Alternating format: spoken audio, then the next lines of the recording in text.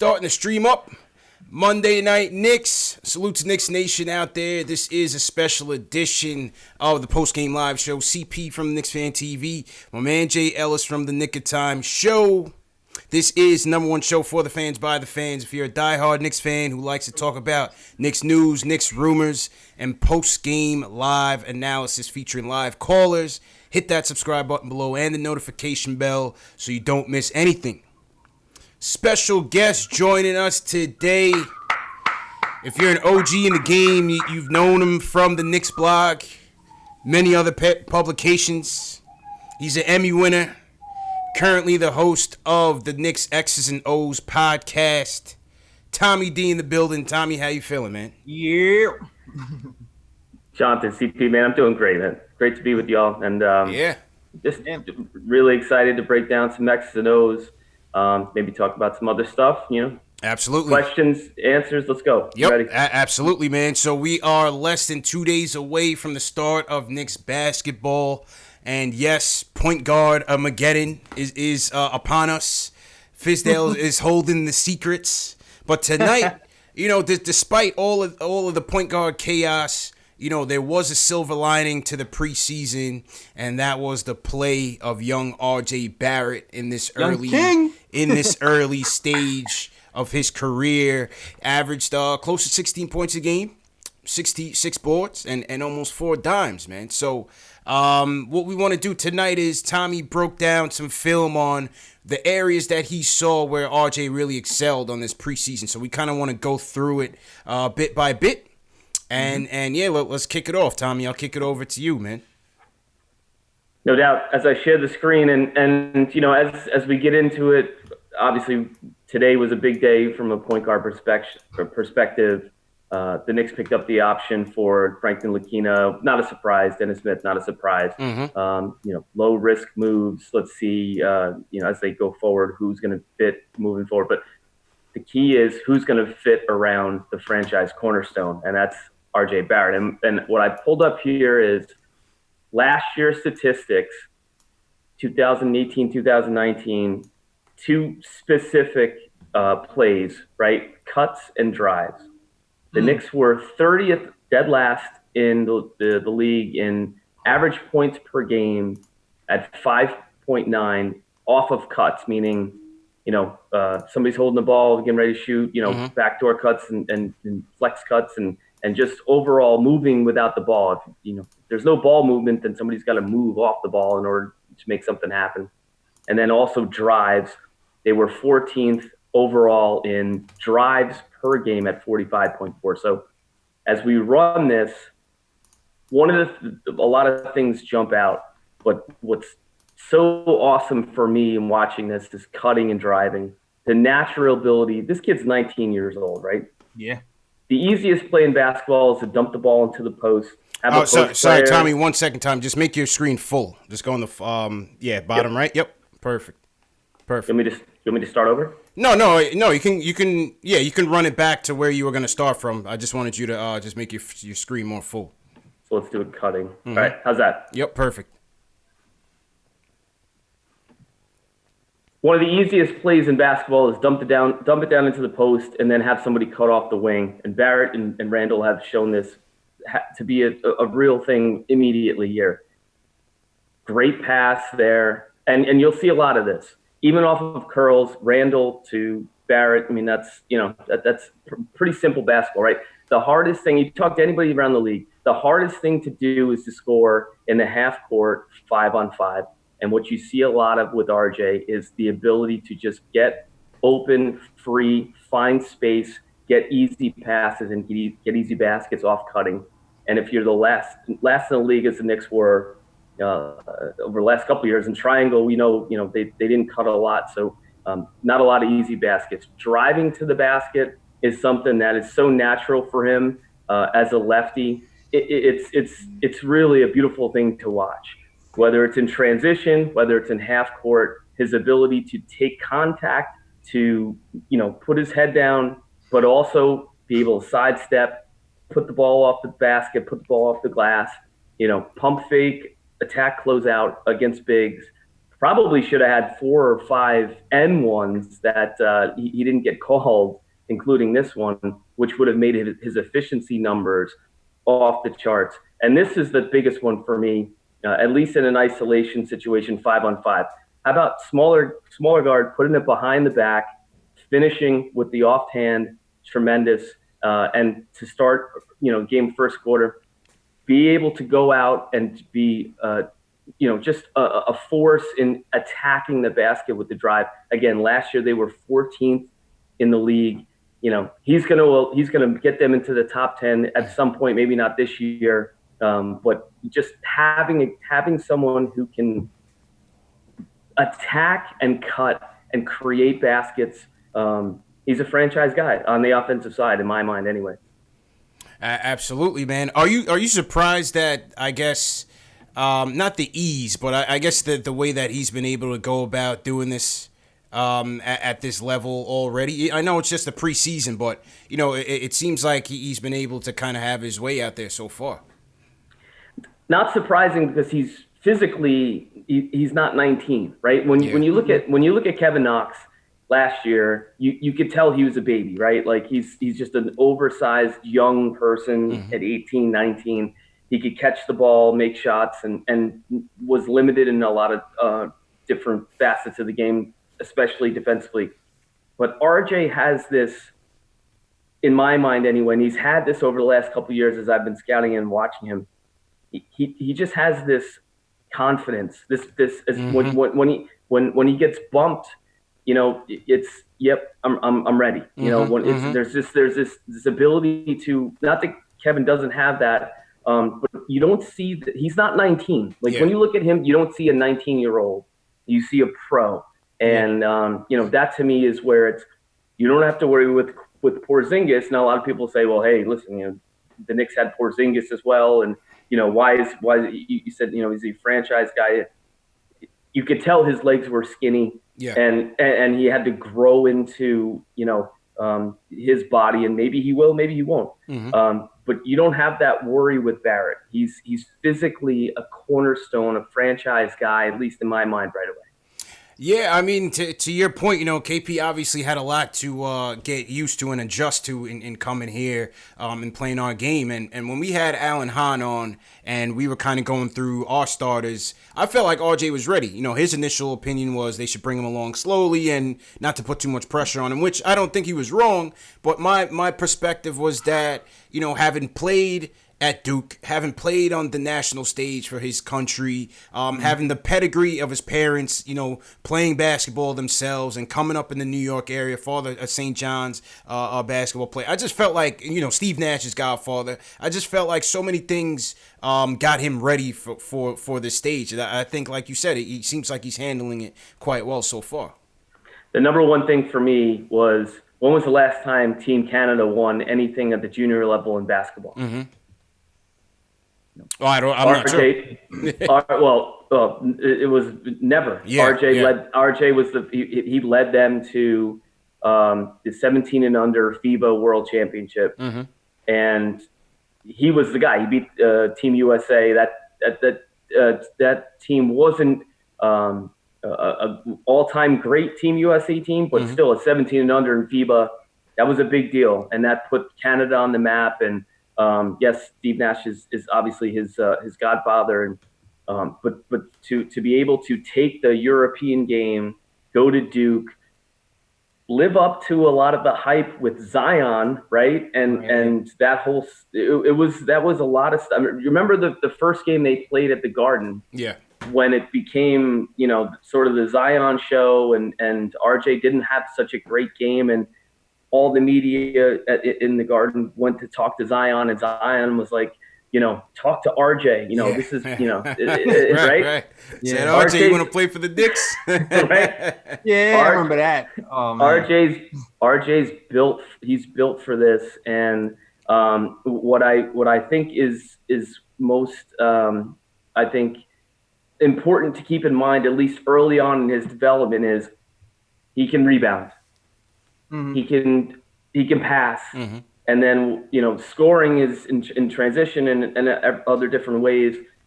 He's going to get you I have a 12, 13, 14, maybe 20. But his productivity is at an early age something that's going to translate in the league for sure. Go ahead, JLs. A question for you. Speaking of passing, because the Knicks have been talking about the point guard battle with Frank Ntilikina and Dennis Smith Jr. But RJ had a game where he had 6 assists. So do you believe that eventually RJ can be actually a point guard for the Knicks, or is he merely just like a scoring guard who can pass sometimes? Well, I think we're in a situation now where the versatility is a big deal, right? So can he pass? Can he get 6, 7 assists on certain nights? Of course. Some nights will he have 4 and 10 rebounds and 25 points at some point down the line. The fact that he has the ability to be interchangeable in the versatile sort of modern NBA is a big deal. If you gave him the ball in 39 minutes and over 100 possessions, can he be a triple-double threat if that was the thing? I think so. 100%. I agree with that as well. Now it's about putting pieces around him. Gotta compliment him well. Yeah. Gotta compliment him well. When he kicks it, and Knox can do it. When he kicks it, catch, shoot, make. Knox can do that. Who are the other guys who are going to be able to pair with him? Robinson, we talked about CP. We talked about earlier today, picking Robinson, right? He did that too. Yeah. So he's got that ability as well. So who are you going to surround him with over the course of 48 minutes? Who are going to give him opportunities to get you 8 assists, 9 assists, and he's going to get you 7 rebounds, and he's going to on an off game early on maybe get you 12, 13 points, maybe 18, 17, 19 points, whatever. He has that ability to do all those things. Yeah. And that's what I liked about him. I was out in Vegas for Summer League, and I was there for the first 3 games, and I was there for the 2 games, and everybody started overreacting over his shooting and this, that, and the third. But I looked at the rebounding statistics. He was fairly consistent every game. He was getting at least 6 boards, and I just liked the way that he was just grab it and go. He was still aggressive. He didn't let the misses, the bricks throw him off. He was still aggressive and trying to get to the line. So I just felt like, he had that confidence about him. And ultimately, I think his jumper will get there eventually. Maybe not this year, but down the road. But I still like the way that he maintains his aggressiveness. How about his ability to grab the ball and then throw it up court and drop it in right in Knox's hands? That was beautiful. No dribble dunk. Beautiful. Beautiful. And on top of that, the other thing that I'm most impressed with him is overcoming adversity, right? If he shoots, 3 for 10, 11. Not that he has, but in summer league, you could tell right away he was turnovers and whatever. But he came right back and overcoming that stuff, dealing with the adversity, overcoming that. That's how you become a special player. That's how you become a franchise player. And I believe that he has all of those qualities. And now it's about who's going to join him in this rebuild going forward. Absolutely, man. When you spoke on the mix, and we talked about how we're going to concoct that lineup earlier tonight, Ian Begley came out with an article and kind of leading us to believe that it's going to be a front court of RJ, Marcus Morris, and Randle out there. Well, RJ at the 2, Marcus Morris, Randle, and Mitch. The last preseason game against the Pelicans when they had RJ at the 3, it was kind of intriguing, having Ellington out there, still having that guy that can space the floor, somebody that can be a catch-and-shoot 3 guy. What do you make of this early lineup prediction? I think it's still going to be DSJ that wins the job. They claim it's going to be between DSJ and Peyton, but I still think it's going to be DSJ, RJ, Morris, Randle, and Mitch. What do you think about that lineup going into the season? So whenever I talk to anybody about point guards, and I feel like based on a lot of the work that I've done over the course of the last 10 years and helping scouting, for the league and all the work that I've learned over the years is when you have NBA bounce and you have NBA explosion at the guard position, you need to have the other aspects, right? Or else, you're going to be out of the league in a pretty quick fashion, right? So when I look at Dennis Smith Jr. and I saw him, the other night, the first game that he played, I guess it was Wednesday or Thursday. Mm-hmm. He had the back problems. You could tell there was rust, right? Mm-hmm. But he didn't have the first step. He didn't have the explosion. He just seemed very ordinary. And when you look at his numbers over the course of the preseason, it's 17% from the field.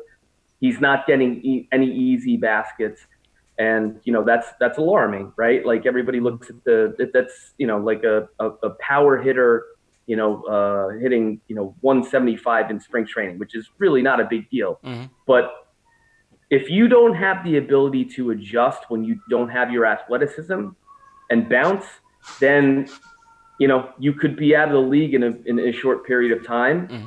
I think the Knicks did a really smart thing today, and it's not a surprise to me because it's something that just made a lot of sense, but maybe not to a lot of people. They picked up the option on Ntilikina. They picked up the option on Dennis Smith. Let it play out. The guy who, for me, at the guard position, who just can't stay off the floor if you're a coach, is Alonzo Trier. Yeah. And that's a big factor when you talk about putting the ball in the basket, and then also what do you do on the other side of the floor, right? Yeah. So if you could combine Alonzo Trier and Frank Ntilikina, you'd have pretty much an all-star and maybe a perennial All-NBA player, basically. right? We think about it. Yeah. And the same could be true with Smith and Ntilikina as well. But Trier just comes in and gets buckets, and he's the guy, and Dotson has been slow as well and coming back from an injury.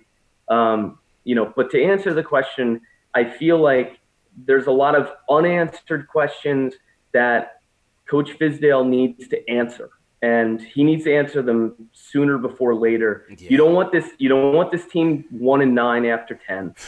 Yeah. You don't, right? Like you have to make a decision, stand by it, and go forward regardless of what outside influences feel, and that starts with the point guard position.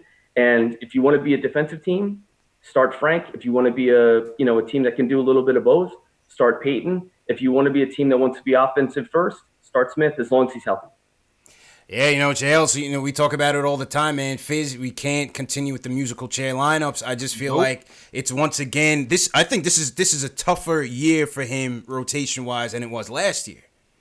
With all these guys that are gonna be clamoring for minutes, like Tommy D said, how do you where do you squeeze in ISO? He might be a guy that you want out there to finish. What do you do with Frank? He's a guy out there that you might want to have out there for stops. So it's going to be very interesting how he manages this rotation, man. Yeah, man. I would personally, I would go with Frank. I would go with ISO. I like Wayne, but to me, he's a little bit too one-dimensional. I feel like he's more situational than, like a 40-minute, 30-minute a night guy, 20-minute a night guy. I would go with ISO and Frank, if anything. Or Valentin. Rotation, man. Me personally. I don't know how you feel about it. I mean, I think I understand why Fizz wanted to give Ellington an extended look over this preseason because, like I said, we were dreadful at three-point shooting last year, man. And Ellington is going to let it fly. We were the worst. Yeah. We were the bottom third in almost every statistical category when it came to offense. Ellington is gonna shoot it, right? He averaged about 7 attempts per game last year. So, again, I think going into this, I think Dotson's on the outside looking in. I think Dotson and Iggy will be the two in suits going into it. Yep. The two inactives, and then we'll see how it goes from there. We'll see how it goes from there. Salute to everybody in the chat once again on this Monday Night Knicks. The phone lines are up if you guys want to talk. Any we can open it up, RJ or team starting lineups, point guard, whatever you guys want. We also have the chat Q&A, the link to the chat Q&A going around as well. If you guys just want to type in your questions, we'll get to it. First person up on the list is Jazz from Atlanta. They want to talk about DSJ. Jazz, how you doing, man? Good. How's it going, guys? Good. All right. Big fan of the show. Thank you. First of all, I feel like the Knicks, they're having a problem with the point guard situation. And like Fizdale said, it's a scoring position. And honestly, DSJ needs that spot. He's best suited for it. Now, in the game that we just seen recently, like, he looked a little, like, not like himself. But honestly, he has a higher ceiling. Yeah. Yeah, I agree. I mean, listen, I agree. I mean, Obviously, of the three players, he does have the higher ceiling. To me, also because of the investment that you made in the Porzingis trade. Listen, I hate to like look at things through a PR lens, but at the end of the day, I don't see them, throwing that return back on the bench so fast. You know what I mean? I mean, Tommy, what do you think about that? Yeah. In terms of getting that return back from the Porzingis trade and giving DSJ the first chance at the point guard slot? Well, I can tell you that the idea that they made the trade for DSJ as the cornerstone in exchange for Porzingis is not accurate. Not necessarily as a cornerstone, but the fact that he is here as that return piece. Yeah. I think maybe they're saying, you know what, we got to give this guy the first chance. If he's healthy, does he have the highest ceiling? I would say that that's probably true, but he's got a back thing now, and he's of course coming off of a major knee injury. So again, we said before the bounce issue is a real thing. So then what are you, right? So there's that ceiling narrative goes away when you have multiple nagging things, in my opinion, right? Like you're not just going to be able to wake up and say, hey, I don't have a back problem anymore. Hey, I don't have a knee problem anymore. Mm-hmm. So, his ceiling has gone away quickly in my mind. And that doesn't mean that he can't be a really good pro. It just means, what is he going to be without those two things? Yeah. Going into the draft, and you could go back and look, and I've said this many times, he's not good off the ball. Right. He's not comfortable with it at all. He's not a solid pick and roll defender. Those things can change. Mm-hmm. But if you watched him try to guard Trae Young the other night with a bad back or rust or whatever you want to call it, mm-hmm. He was not an NBA pick and roll defender. So I'm not here to say that he's not an NBA player, doesn't have a great ceiling. But I don't think his ceiling is off the charts where it's like you have to give him the job. I don't believe that at all. JL, it's like Tommy was saying, without that athleticism, what does he have?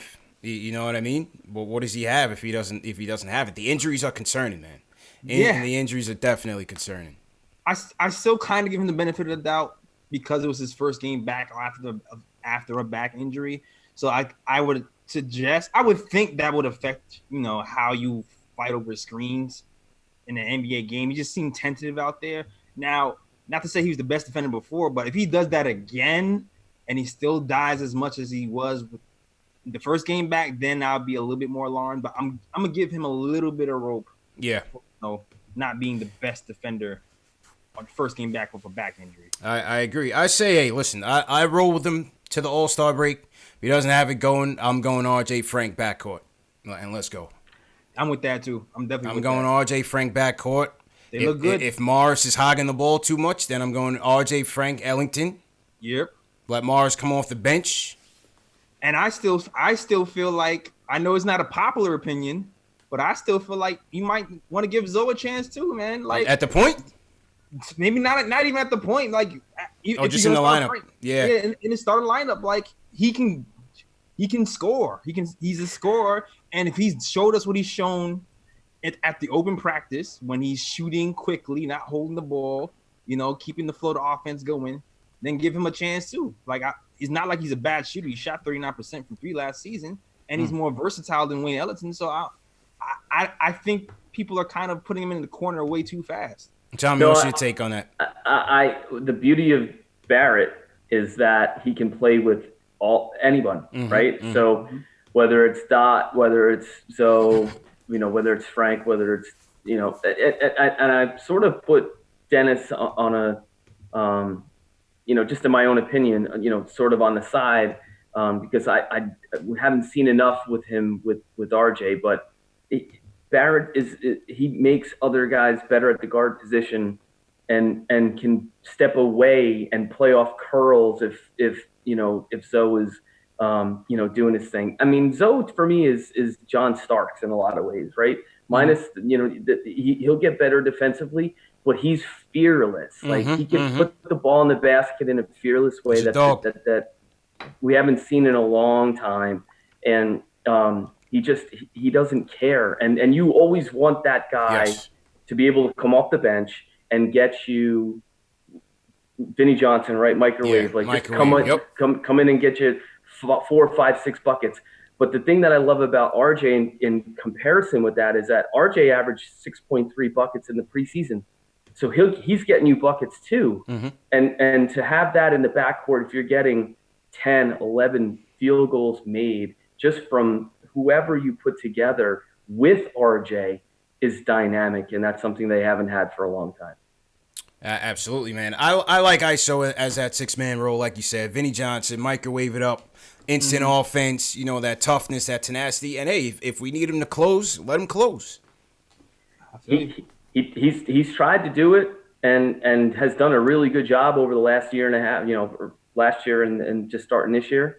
And it's fun to watch. He missed a free throw the other night, and, he just apologized for he's embraced New York, and he is in a lot of ways, in my mind, an old school Knick, and I think obviously fans will always embrace that.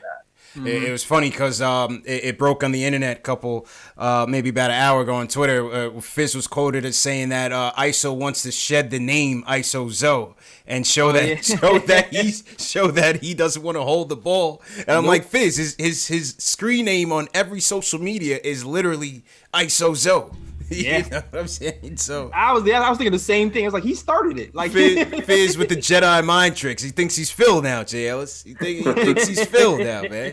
Hey, whatever works, man. Whatever works. I want to see Fizz get the best out of this team, man. So if he can make ISO a bit more well-rounded, that speaks volumes.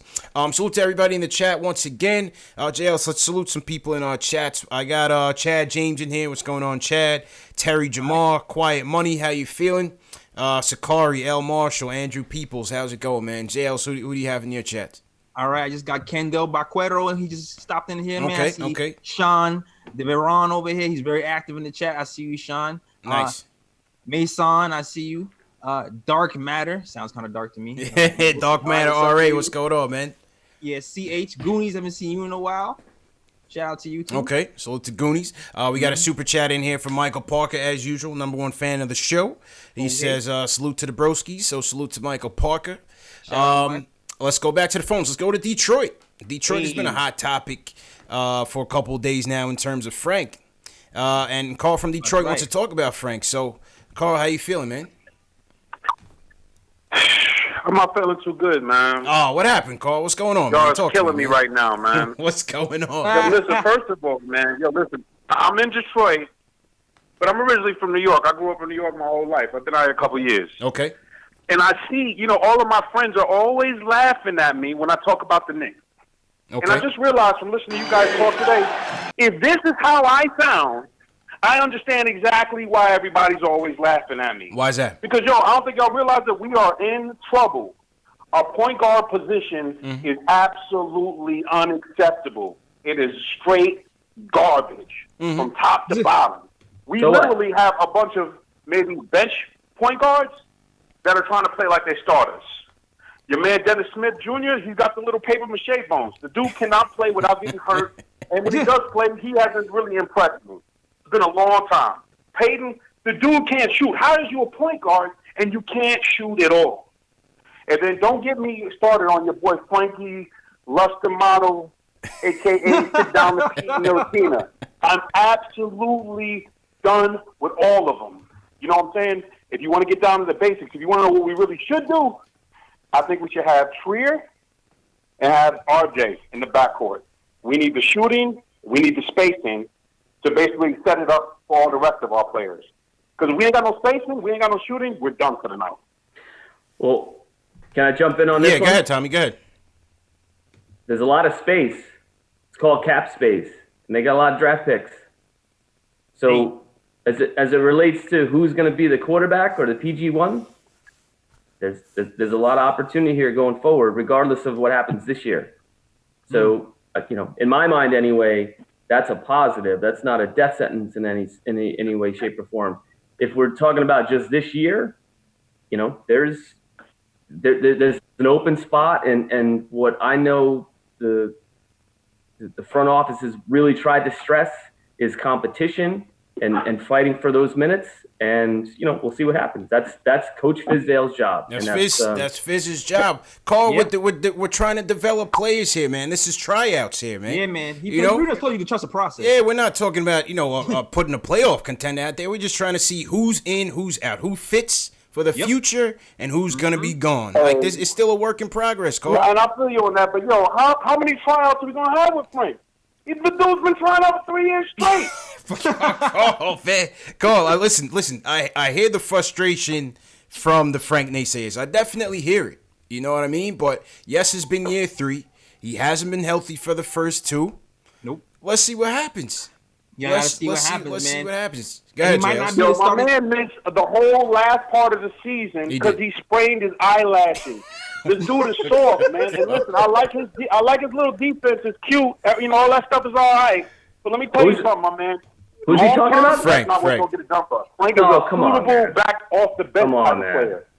All right, Carl. Appreciate the call, man. Appreciate the call.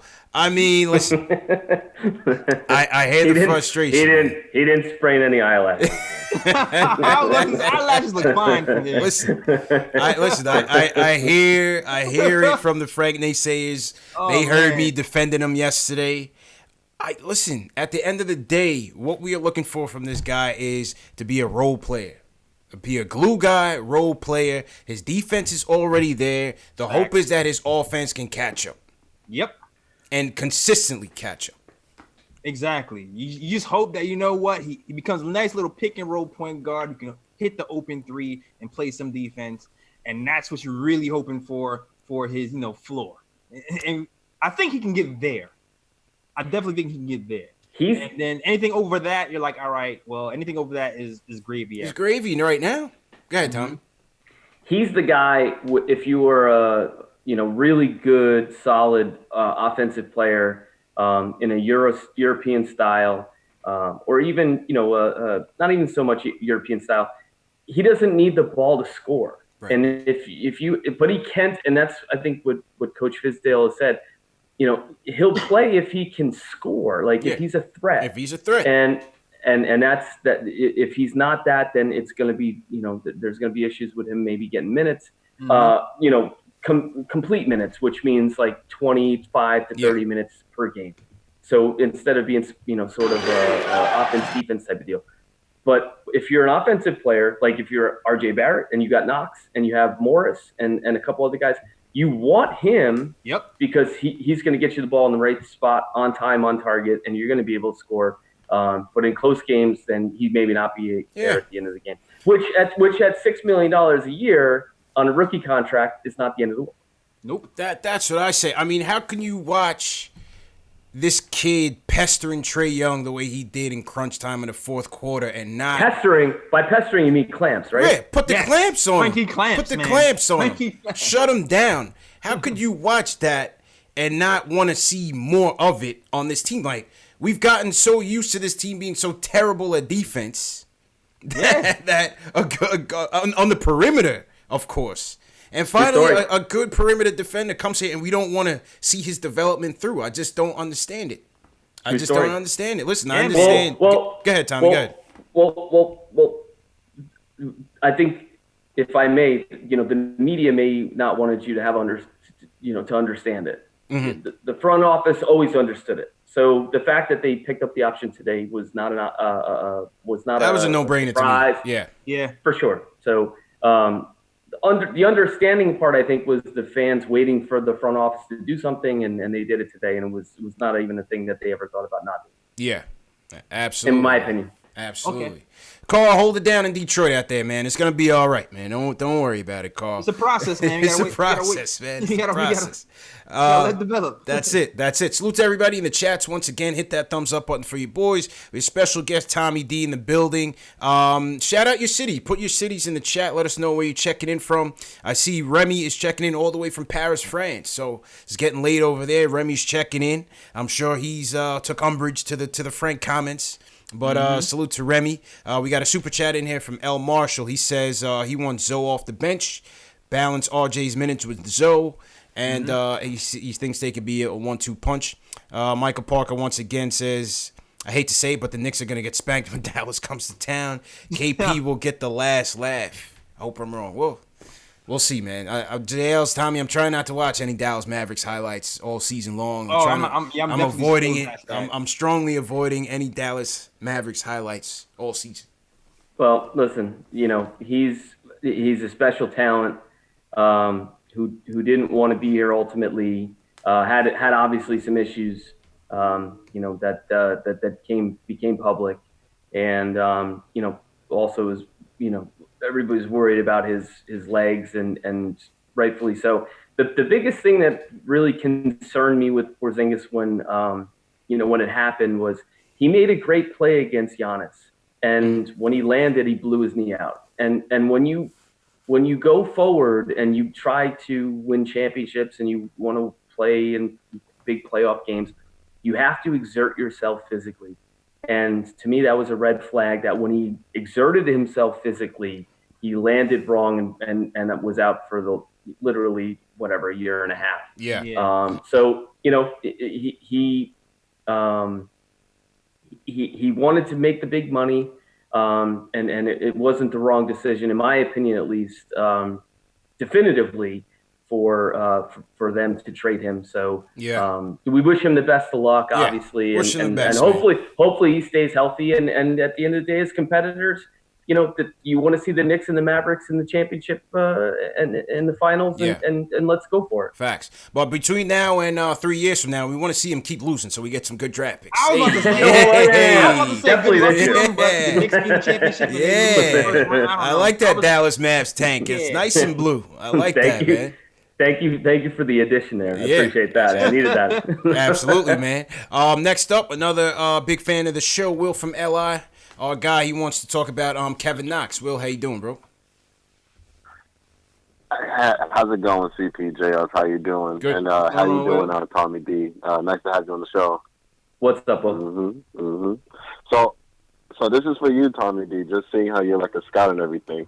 I'm really intrigued coming into this year for Kevin Knox and just looking at him from last year and just seeing, number one, like how he put on some muscle. And I'm just looking at the way he's finishing.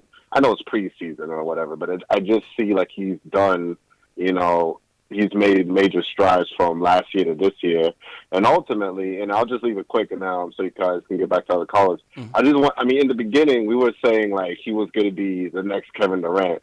Or, I don't know if that's realistic, but I just wanted to know from your opinion, what do you think his ceiling is? What could you see him as?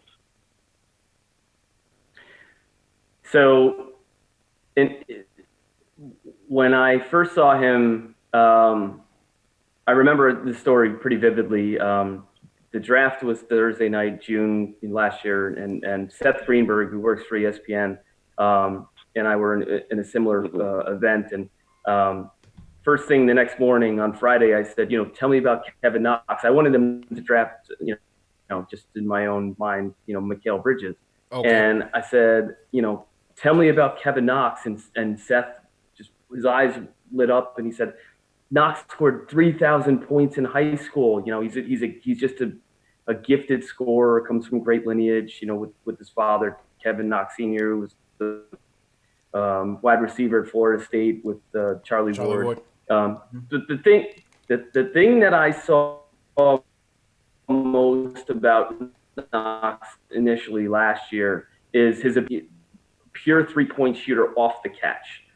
And that to me is a skill that at 6'9", 6'10", is extraordinary at a young age, right? Like he's going to have to – Brandon Ingram for me, he's a stronger Brandon Ingram off the catch, with the ability to finish in transition. You saw the other night when Barrett got the rebound and just the perfect pass down the court. Knox didn't even have to dribble, dunked it. And, that to me, from a transition standpoint, from the wing position, is going to make them a lot better. So, the Durant stuff, I don't know who said any of that stuff.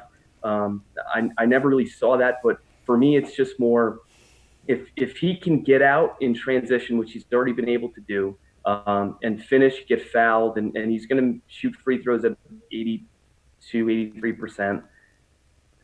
And make threes. He's going to be a guy who's going to be a 50% field goal guy, 38, 39% three-point guy. And, you just have to figure out what he's going to be defensive. Yeah. He needs to be taught. And how he's going to be taught is he's going to sit down when he makes mistakes. And so he's, those situations just aren't there now, right? Where the game is not on the line, and he has to be sort of punished for making mistakes. But I to answer the question, he's going to be a 10 to 12 year pro scoring wise, as long as he doesn't kill his team defensively, and I don't think he will. I think he'll learn. But now he's at a very critical point in his development where he's got to learn during these years. If that answers your question. Yeah. Yeah, go ahead, Jails. Nah, I'm saying, well, we got Marcus Morris here. He gonna teach him if nobody will. So I'm not worried about him learning nothing. Well, it's interesting because I just Take hope time. I just hope in the midst of this, Marcus Morris starting thing, I just hope they don't lose him. You know what I mean? Like, we got to see what type of impact this has on him in terms of his minutes, how often it's going to come, and how he's going to kind of respond. You know what I mean? Well, on the second unit. He's the one guy I'm not worried about not getting minutes, though. Like, even with Marcus Morris here in preseason, he still kind of got his. He's still going to give you, I feel, 20 minutes a game regardless. And second-year guy coming into the league, I don't think 20 minutes a game is bad, especially considering he played like 40 minutes last season. Yeah, he did. Mistakes or not. Like, earn your minutes this season. Take your lumps. That's fair. Like Tommy D said. So I'm not worried about Knox, to be honest with you. Yeah. Fair enough. Let's go back to the phones. Once again, salute to everybody in the chat. Let's see where everybody's checking in from. We got Ezra checking in from New Zealand. Down under. So shout out, cheers to Ezra. K Omega checking in from Denver. What's going on? Let's see where else we got here. My chat went so fast I kind of lost it. CJ Rayford, Brooklyn in the building. This is your territory. Worcester, Massachusetts, Los Knicks. How's it going? All right. Gary Singh also checking in from Detroit. We got Gabriel Kadri Spiegel checking in from Paris, France as well. That's what's up. Yeah, man. Sakari checking in from Toronto, 416. Jaime Hernandez, Tucson, Arizona. Salute to Jaime. And, yeah, man, salute to everybody in the chat once again. Let's go back to the phones. Let's go to Brett from New York. Brett, how you feeling, man? What's going on, CP? Good, man. What's going on, bro? Jay Ellis, what's happening, man? Good. Yeah, what's up, Brett? It's me from Brett from the meet and greet. You already know, man. Oh yeah, what's up, bro? Love the show. Chilling, bro. You already know, man. I had a little, thing to say about Frank Ntilikina. If he works on his jump shot and get his jump shot together, I think that he will be an asset to the team, right? Yeah. You know what I'm saying? With him starting at the point guard, and I think he needs to work on the jump shot and get his jump shot together so he can actually be an asset to the team. With his defense, I think we could do something with that because DSJ is still trying to work out his injury on his back. And I think that Frank could come in there. If he could just shoot that little 12-foot jump shot and pass the ball, I think that he would be will be an asset to the team, because the defense is already there. Yeah. So what you guys think about it? That's a question for all three of y'all. You know what I mean? That jump shot has to be there. It's a 12-foot jump shot. Come on, you a pro. Yeah. You can't make that 12-foot jump shot, baby. I agree, man. His jumper is definitely what's holding him back. But Tommy, question for you and JLs as well. It seems like it's still a two-man race between Peyton and DSJ. None of them can shoot very well. I think the stat was that they went a combined 14 for 58 in the preseason combined. If you're looking at Peyton, aside from the fact that they signed him, he's a Perry guy, and they gave him $10 million a year. Do you think the difference between Peyton being in the running and not Frank is the fact that Fizz likes the more downhill attack point guards, and Frank just really hasn't shown that ability on a consistent level? What do you think about that, Tom? No, I think what Peyton has proved in Phoenix last year is that he has the ability to rebound the basketball at the guard position. Frank doesn't have that ability as much as Peyton does it. And if you're not going to be a great offensive team, then you have to be able to rebound the basketball, especially at the guard position. And with Barrett, you're going to have if I'm a coach, I would be more so, if I were Coach Fizdale, I would be more inclined to start Peyton with Barrett to ensure that you're getting, into the other team defensively, and then closing out that possession, and then pushing the ball if you could. Obviously, Peyton does not have the explosiveness that a healthy Dennis Smith Jr. has. Even not as much as Moutier had. Obviously, Moutier's not here. But we know Fizz likes to have a guard to push the ball up the floor, which, probably is not on the roster at this point. But as long as you're securing the basketball and playing defensively well every possession, then, you can limit turnovers, limit bad opportunities on the offensive end. And then you just become a not so much dynamic team as much as a conservative team. And I think that's what we've seen thus far in the preseason, which is why you've heard the opportunity potentially for Elfrid Payton to start. So that's on Coach Fizdale. That's his call. That's his call. And I think we've seen that thus far this preseason. It's a fair point. Yeah, it's a fair point. And the thing with Peyton, though, is he's been on and off on the defensive end. Like, he's had some stints where he's done some nice things, but he's also fallen asleep as well. So as much as he rebounds and he kind of pushes the ball, he still kind of comes short when it comes to the defense compared to Frank. So, I mean, it's kind of like we said earlier. It depends on what you're looking for right now. Yeah. And that's why Fizz gets paid the big bucks, man. Time will tell, man. Tough. It's tough as well. Tough indeed, man. Let's go to Jeff in New Jersey. He wants to talk about, ask Tommy about RJ's development. Jeff, how you doing, man? How you doing, sir? Jay Ellis, it's Jeff S. Yo, what up, Jeff? Yo, What's Jeff, going on, man? I'm good, man. Yo, yeah, man. Jeff's been on the KOT show. He's nice. Also writes for us a few times too, yo. Okay, salute to Jeff. Very. First of all, I gotta say happy Knicksgiving. I'm very hyped for this season. Happy Knicksgiving, man. That's new. And I've been watching the show. Very, very nice. I'm loving what you guys are doing. Keep it up. Mm-hmm. Thanks, man. I had a question.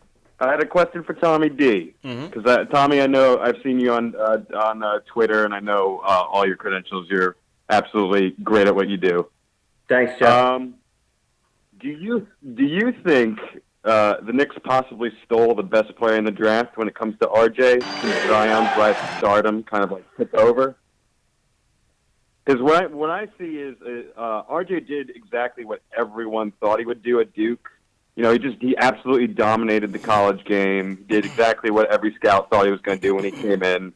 But because of Zion's freak athleticism and being a nightly highlight reel, RJ was kind of overshadowed from the moment that team started playing in Duke last year. And from what we've seen so far in the preseason, he looks like to be the complete player that everybody thought he's been, and he's carried his talent over the pros. So I just wanted to see what you thought of, and I wouldn't say three is a steal, but maybe we got away with one, especially now that Zion's out number for one. the next few months. Yeah. Go ahead, Tommy. Jeff, such a great question, such a great point, and for me, as that whole process started to evolve, obviously the ESPNs of the world were, the Knicks didn't get the number one lottery pick, and I would have been obviously the Pelicans had to take Zion number one, right? Like that, so you're locked into that pick. John Morant for me was probably the best passer that I've seen since Rajon Rondo, with athletic ability and the ability to shoot from three, which is a combination that has not been something that I've seen in a long time. But as far as productivity and strength and just being NBA ready from jump, Barrett, I can't believe Barrett fell to three. And to I think answer the question and agree with the sentiment. Yeah, Barrett is a franchise cornerstone, and everything that I thought he would be. Now, to think about it this way, to have him deal with that Zion and that ESPN circus, the hype machine, and still come out. Oh, it was every time Zion dunked, it became this. All this, plus the social media part of it. And then remember, Zion got hurt. And then the thing that really supplanted it for me was when Zion got hurt during the Florida State game in Tallahassee. And then RJ took over the game and won the game in that second half. That showed me that on the road, he's able to overcome the adversity, not get caught up in the shock value of, what do I do without Zion? So, Jeff, again, to answer the question, I believe that the Knicks have a franchise cornerstone in Barrett, and I'm really happy that he's here, and I know the front office is as well. Yeah.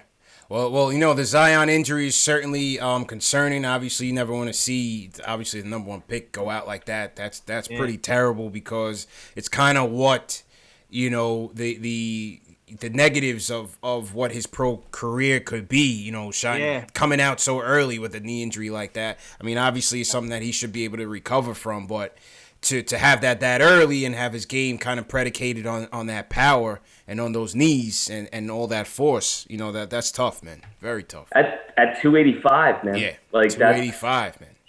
That's what that's what we would talk about. What happens when you lose the bounce, and then what? And he's 6'5", 6'6", right? And that's RJ's 6'7", 215. Strong, 2-3% body fat, all the skills. Hand size, just great. The fact that he fell to three for me is still sort of mind-blowing. And, yeah, man. It's a big deal. Zion might be a shooting guard in 5 years, man. If he can shoot, we'll see.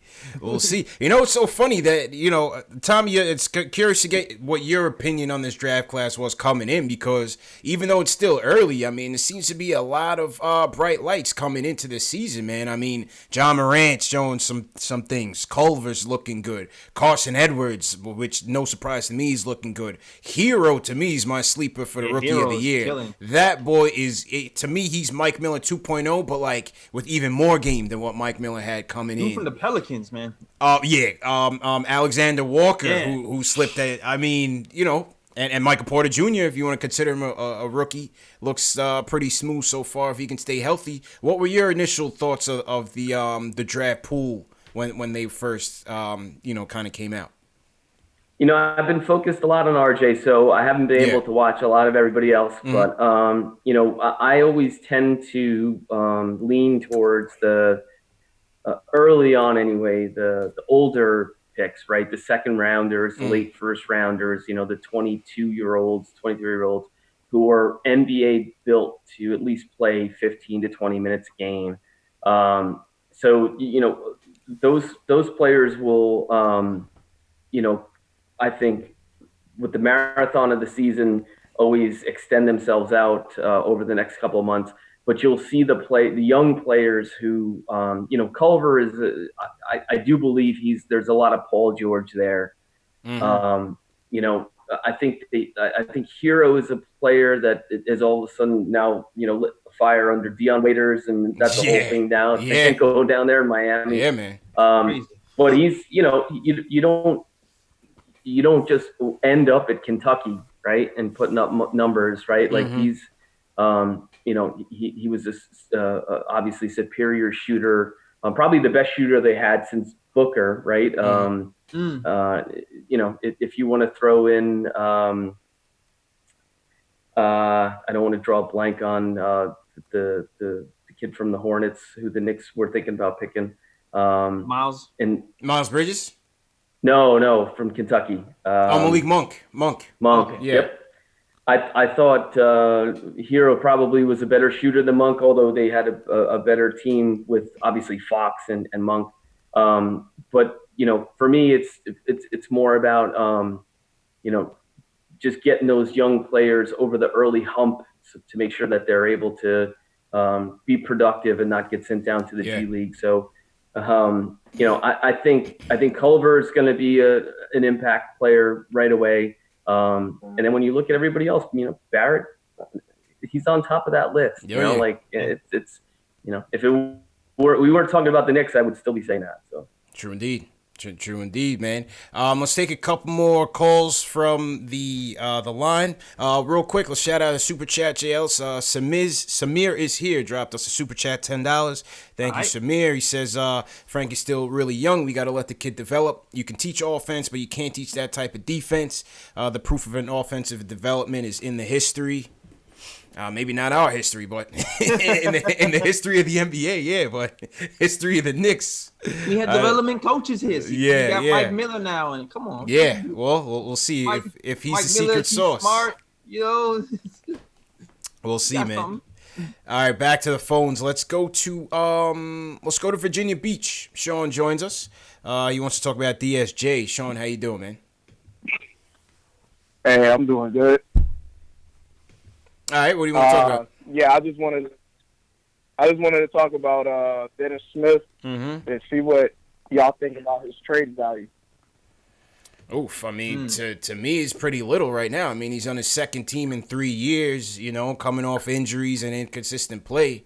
I don't really see, it didn't seem like the market was that great for him even when he was on Dallas. So I think he's got to show and prove before you could even consider getting something worthwhile for him. I mean, Tommy JLs, what do you guys think? I couldn't say it any better than that. Yeah. I agree. He got to show us something this season. Got to show and prove. Got to show and prove. And appreciate the call, Sean. I'm just gonna run through these because I want to get some more people in. Chris from Brooklyn's up next. Wants to talk about Frank. Chris, how you doing, bro? Hey, bro, I'm doing good, man. I appreciate everything y'all doing. Thank you, man. I'm glad to be on the show.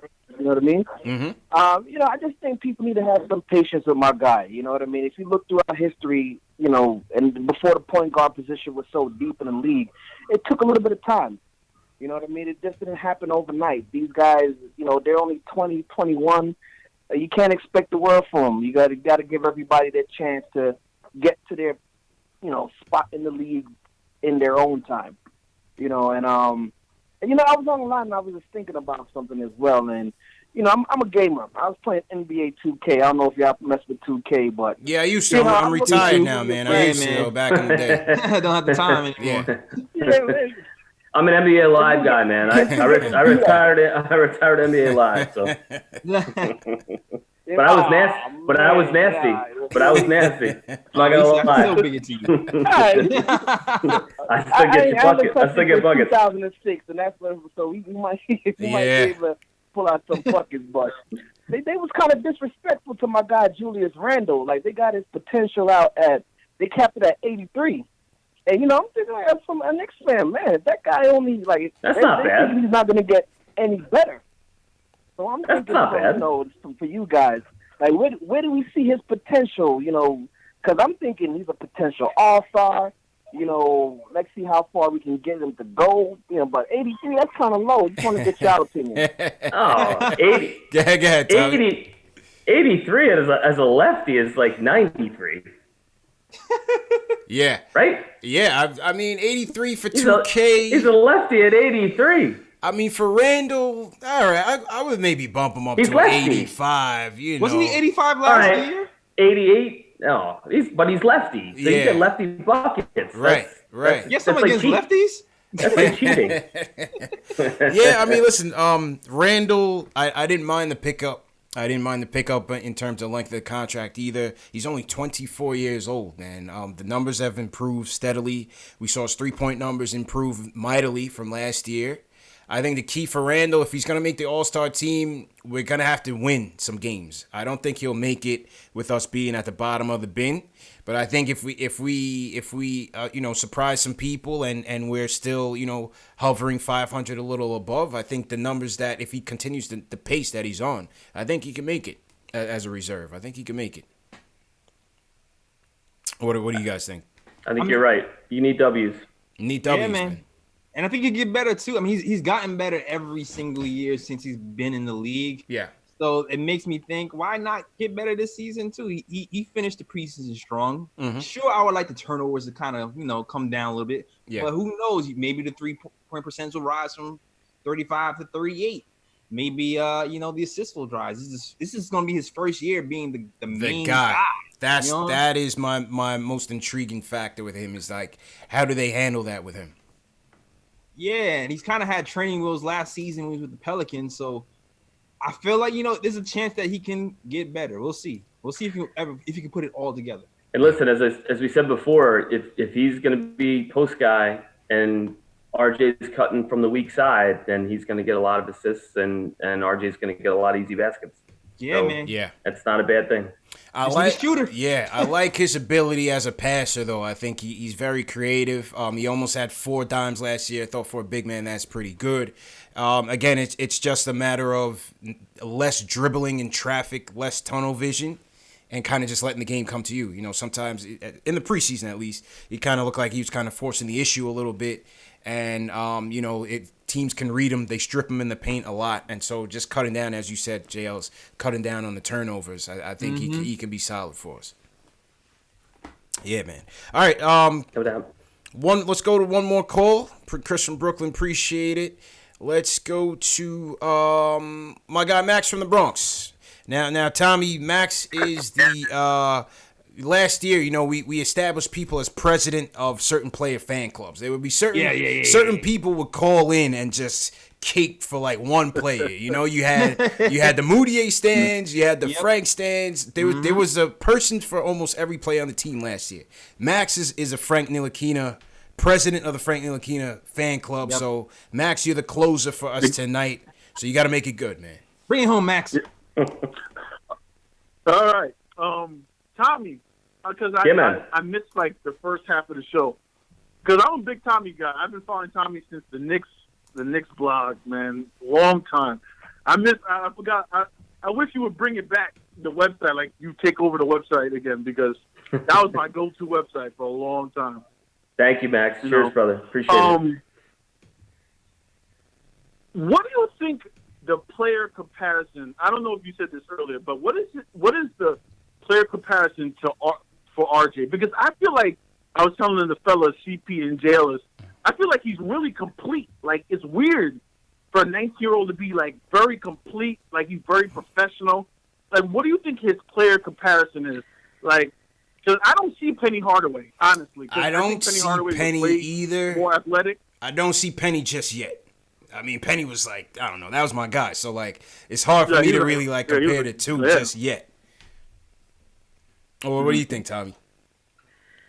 Yeah, no, I've been on the podcast. I've been talking about this to myself a lot, just to try to, talk it out. And what I've seen, because I can't figure it out either. Mm-hmm. And then I get texts from people who are saying, "Oh, Bill Simmons is talking about Jalen Rose, and he's so far from Jalen Rose." Yeah. Like it's not even, and I hope we'll get this in front of Bill, like how dumb that is. Like it's just so awful. It's such a terrible comparison. But shout out to Jalen for saying that if KD didn't get hurt, he'd be with the Knicks, because he's definitely not wrong on that. And I can tell you that as a fact. But to Max's point, and Max, thank you for being a follower of TKB, and the only thing I could say to that is it was a fun time, and I'm happy that they still are moving forward. I don't know what they're doing, but I hope it's going well for them. But from an RJ perspective, 6'7", handle, can play the point guard position, can score, can rebound, can pass, can play the passing lanes.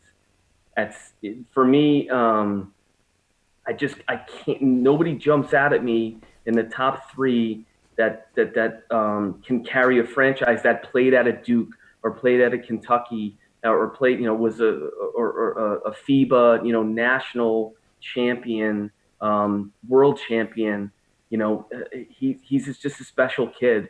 Steve Nash is his godfather. Like, he just has all. He's got the pedigree, man.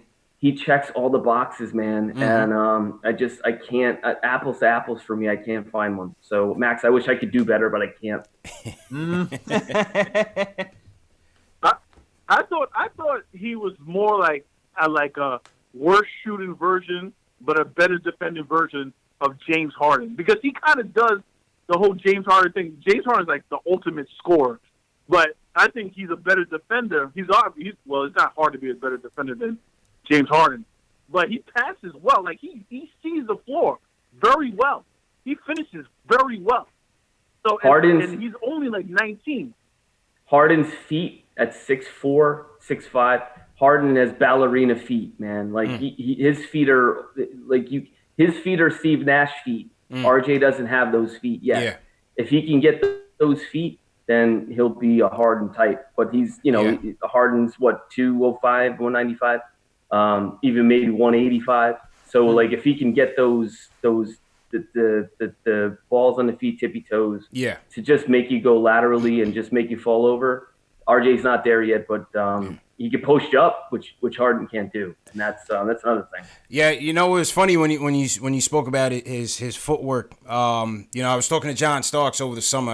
I had a chance to meet him at an event, and we asked him his opinion on RJ. And this was based off of just early summer league reactions, and he kind of mentioned the same thing. He said, his footwork, it seems like he should work with like a track coach or something like that, to try to, get his feet churning a little bit better and get his footwork going. So it's ironic that you mentioned the same thing. He's got big feet, if we're just comparing him to Harden. But in transition, what he does have is the ability to plant and go sideways and finish against 7 foot, 6'9", 6'10", 6'11", crafty, bounce off and finish with both hands, which for me, you take that all day long, and that's a special quality. With the ball all the time, which is why Harden is special. You have to be a little bit lighter on the feet. And I say this, I tried to communicate this as best I could the other day on my podcast. I got a chance to watch Steve Nash work his feet out at Chelsea Piers and Sports Center, where we played a pickup game. I got invited there. All of a sudden, I look over and there's Steve Nash and a couple other celebrities. I had no idea, no business being there. But I could get buckets. But I watched Steve Nash work out, and his footwork drills were extraordinary. And that's where I could once you just watch it for 30 seconds and you realize why Steve Nash is Steve Nash. Yeah. And if that could be passed along in RJ in any way, shape, or form, then RJ is going to be a real special player for the next 10 to 15 years in this league. Well said, man. Well said, Tommy D, man. Go ahead, Max. Go ahead. Last question. Tommy, I just want to say this. Do you have any concerns? Because I am the president of Frank Ntilikina fan club, but I'm also the president of David Fizdale's Not a Good Coach fan club also. So, no comment. No comment. Do you see what we see, like this wishy-washy? Like, look at the games he's playing. Oh, I'm not going to know who the point guard is till Wednesday. What are you talking about? This isn't football, man. Like, just pick a guy, man. Yeah, like this isn't football, man. Just pick a guy. Like, what's wrong with you? Yeah, Tommy, that was a question, and appreciate it, Mac. That was what I wanted to ask you, Tommy. What's your take on Fizz so far? Yo, the one thing that I really love about Fizz is that he's a Pat Riley disciple, right? Mm-hmm. And someone who understands all of those. It's in order to work for the Heat for a long time, you have to understand all those principles, right? Disease of me, just making sure that you have everything, all those boxes checked as a good teammate, and defense first, defensive minded stuff first. So he comes from the discipline is there to be defensive minded first and create a culture of team. So I've seen him, and he's been in a tough spot because it's year over year now, 2 years in a row with first year guys, 1 year contracts, and the Porzingis trade. So now for me, it's a clean slate. Let's see this year make definitive decisions, and also at the same time, when games are close, win those games. Yes. Mm-hmm. Create the calls, sideline out of bounds. Making the right calls and adjustments at the right time to win instead of losing by 1 or 2 at home. Win those games by 1 or 2 at home. And I think everybody's keeping score on that, including the front office, and he's going to have to live up to that. And I think, and more importantly, I think he knows that. Yeah. Well said, man. Mm-hmm. All right, Max, take care, bro. I think he hung up anyway. Well said. I think like I said earlier, I think Fizz is in a tough spot once again this year. I want to see us keep some continuity and grow with a coach. Mm-hmm. Even though it doesn't look good right now, I don't like the constant coaching turnover. I don't like the constant rumblings. Build around RJ. Give RJ the ball. Yeah, that's it. And this is what I've said this a lot. We talk about the point guard stuff.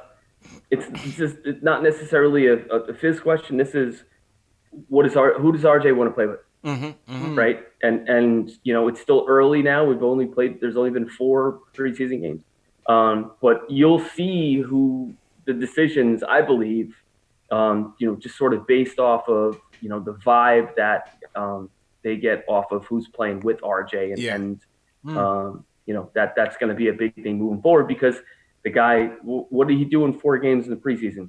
16, 8, 4.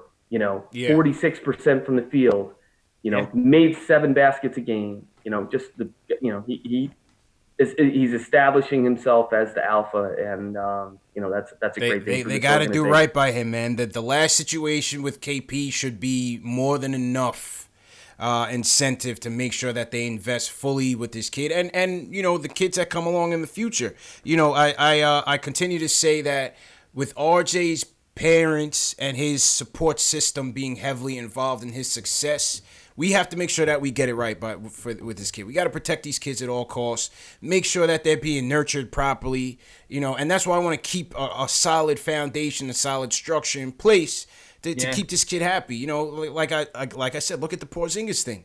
This day and age, these guys, loyalty is as good as yesterday. You know what I mean? These guys can walk out the door at a moment's notice if they're not happy and things look pretty troubling. Go ahead, James.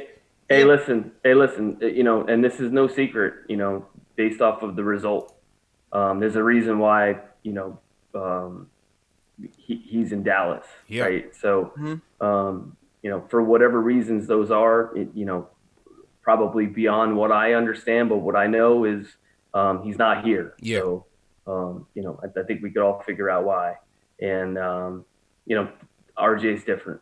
So that's, that I think initially is a good sign that from a organizational standpoint, now there's a pillar to build around and go forward. Yes, sir. JL, so you were saying? Oh, no, I'm saying I'm not really worried about that anymore, man. Like, Phil Jackson is gone. Ding dong, the witch is dead. Scott Perry is here right now. I read something this morning. It's talking about how Marcus Morris kind of appreciates the front office and how much they talk to each other and how much they talk to everyone in general. And Scott Perry kind of established that culture first when he first got here. When he first got here, he was saying, I'm talking to everybody from the janitor all the way to the top. So I'm not worried about keeping RJ happy right now. I feel like the front office pretty much has that covered as long as we're winning.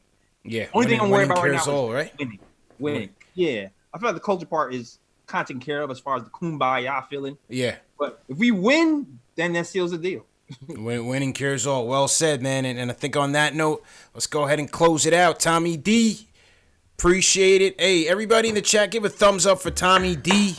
He was gracious enough to give us an hour. J. Ellis, we got another guest with the Emmy flashing in the background, man. I think it's good luck for us, man. I think it's good luck. I think so, man. You know what I mean? It is, man. You know, we had Alan Hahn. Alan had like, he was like the Patriots, man. He had the Bill Belichick going on with like 4. You know, Tommy's got his in the background. We're on our way, J. Ellis, man. Definitely on our way, man. Absolutely. Hey, listen. Keep the authenticity, and the sky's the limit, fellas. That's a fact. Thank you very much for having me, and look forward to catching up with y'all again. Absolutely, Tommy. Before you go, just let the people know where they could find you on the podcast, Twitter, everywhere, man. Just promote your channels. At Thomas CD on Twitter. Going to be probably doing a little more this year, and then at patreon.com/TommyD, TOMMYDEE.